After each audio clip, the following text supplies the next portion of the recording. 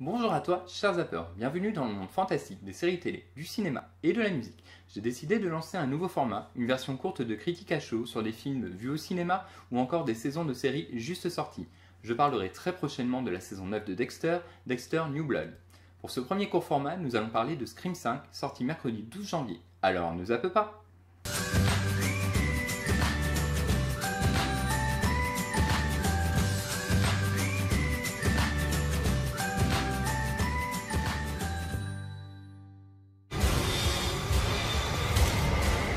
Bonsoir, Sydney.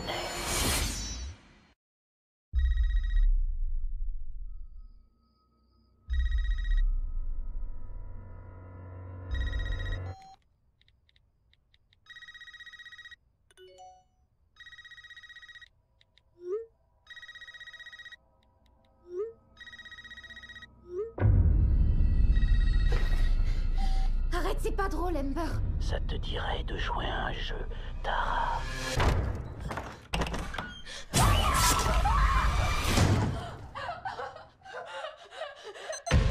Porte déverrouillée. Non, mais non! Porte verrouillée. Porte déverrouillée.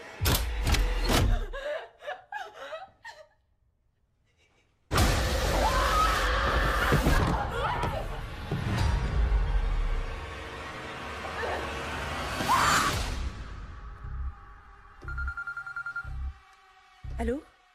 Ça recommence. On en est déjà à 3 attaques. Tu as une arme? Tu parles à Sidney Prescott, bien sûr que j'ai une arme. J'ai l'impression que cette fois, c'est différent.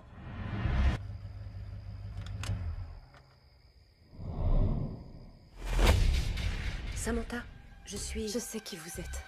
Je suis passée par là. Encore et encore. Ce sera ta vie à partir de maintenant. Parce que qui que ce soit, il va pas te lâcher.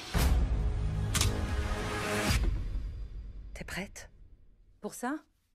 Jamais. Non, arrêtez! Attendez! Il y a certaines règles pour survivre. Il s'en est pris uniquement à des gens liés au premier tueur. Je sais pas quel lien il a avec notre passé. Mais on se retrouve tous ici. Et je dormirai pas tant qu'il sera pas mort.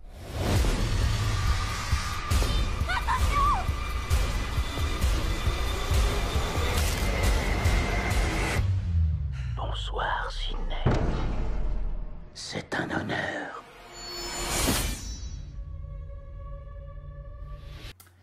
Scream 1, 2 et 4 étaient écrits par Kevin Williamson et le 3 était écrit par Erin Kruger.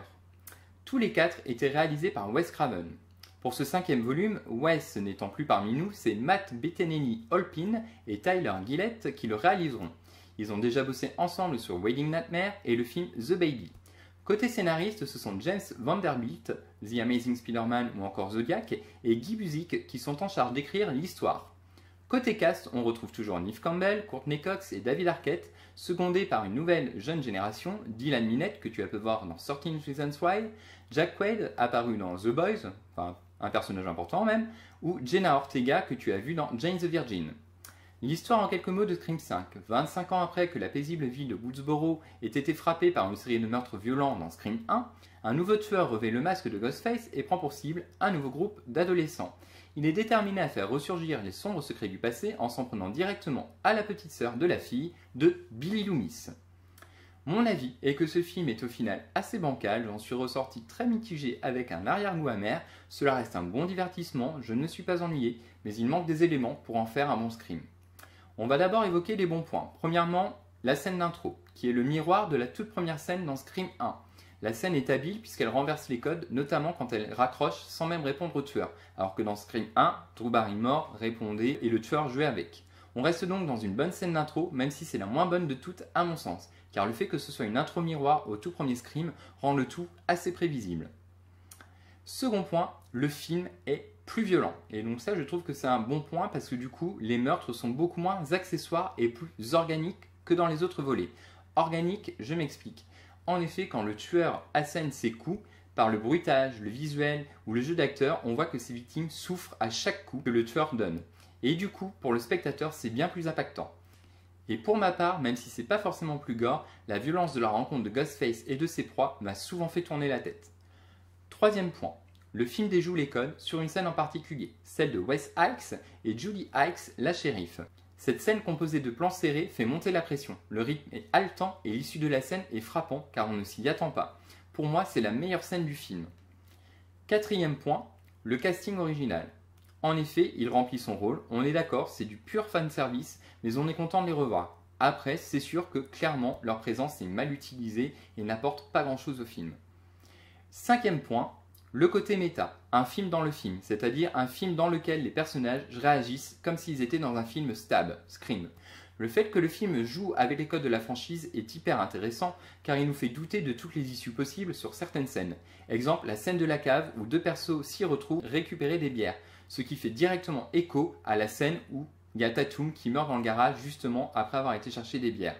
Jouer avec les codes que connaissent les téléspectateurs par cœur est habile car cela sème le trouble et la peur dans son esprit. Et perso, cela m'a mis mal à l'aise plus d'une fois. Le dernier point positif, c'est les messages. Le film évoque le manque de créativité qui s'y vit à Hollywood, notamment avec les nombreuses séquelles ou reboots de sagas. Halloween, Ghostbusters, Terminator, etc. Le film évoque aussi la nuisance des fans qui peuvent détruire une œuvre si le film en question ne leur convient pas. Par ricochet, cela évoque aussi le fanservice auquel certains studios cèdent pour ne pas déplaire à leurs fans, comme par exemple le dernier Spider-Man. Le film dénonce tous ces travers en étant lui-même un de ces travers, puisque lui aussi est une suite d'une saga présente quand même en partie pour l'argent, faut bien se l'avouer. Il répond aussi au fanservice en faisant revenir le cast original, et il tente de ne pas déplaire aux fans en utilisant les ficelles et donc les mêmes décors que dans Scream 1, parce qu'il faut quand même savoir que dans Scream 5, on revient, c'est vraiment le pur miroir à Scream 1 de bout en bout, quoi. Du fait que Scream 5 dénonce les travers d'Hollywood en ayant conscience et en l'évoquant lui-même dans Scream 5, ne ferait pas de ce dernier un produit marketing. Est-ce que cela est pour autant vrai ? J'en suis pas sûr. Les mauvais points.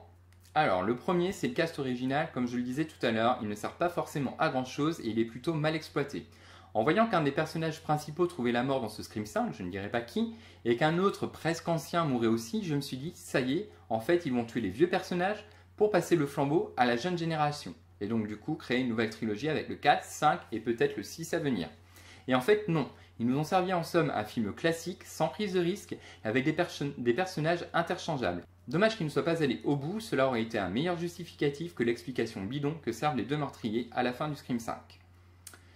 Ensuite, le deuxième mauvais point, selon moi, c'est les morts. Il n'y a pas beaucoup de créativité dans les scènes de meurtre, hormis celle avec le shérif Hikes. Le reste manque d'invention et de renouveau. Les morts se suivent et se ressemblent. De plus, on ne sait pas pourquoi, mais le tueur ne finit pas le taf, comme pour Chad qui reste en vie. Pourquoi ? On ne nous le dit pas. Je me souviens de la scène de la penderie dans le 4 qui par exemple était beaucoup plus intense. C'est une pour moi des plus grandes scènes de tous les Scream car elle est violente, elle est innovante et franchement elle marque les esprits vraiment sur le long terme. Moi c'est une de mes scènes préférées dans toute la saga.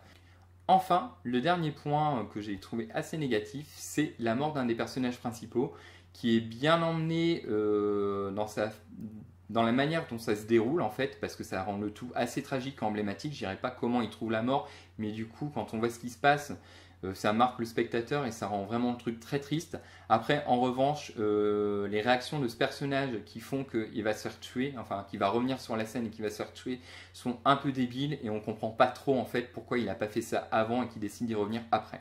C'est vrai que ce personnage, cette mort là, était nécessaire, elle est assez violente, elle est assez bien emmenée, mais par contre le personnage a un comportement quand même assez crétin.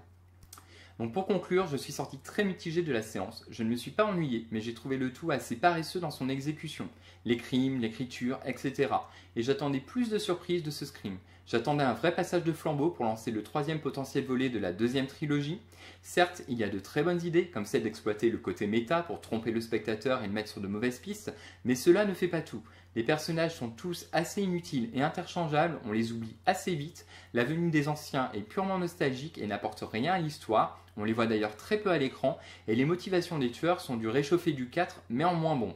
Pour moi, ce Scream est en 4e place, le 1 et le 2 tenant la dragée haute à toute la trilogie, le 4 en 3e et le 5e en 4e. Et bien sûr, en dernier, le 3e que j'ai pas trop aimé.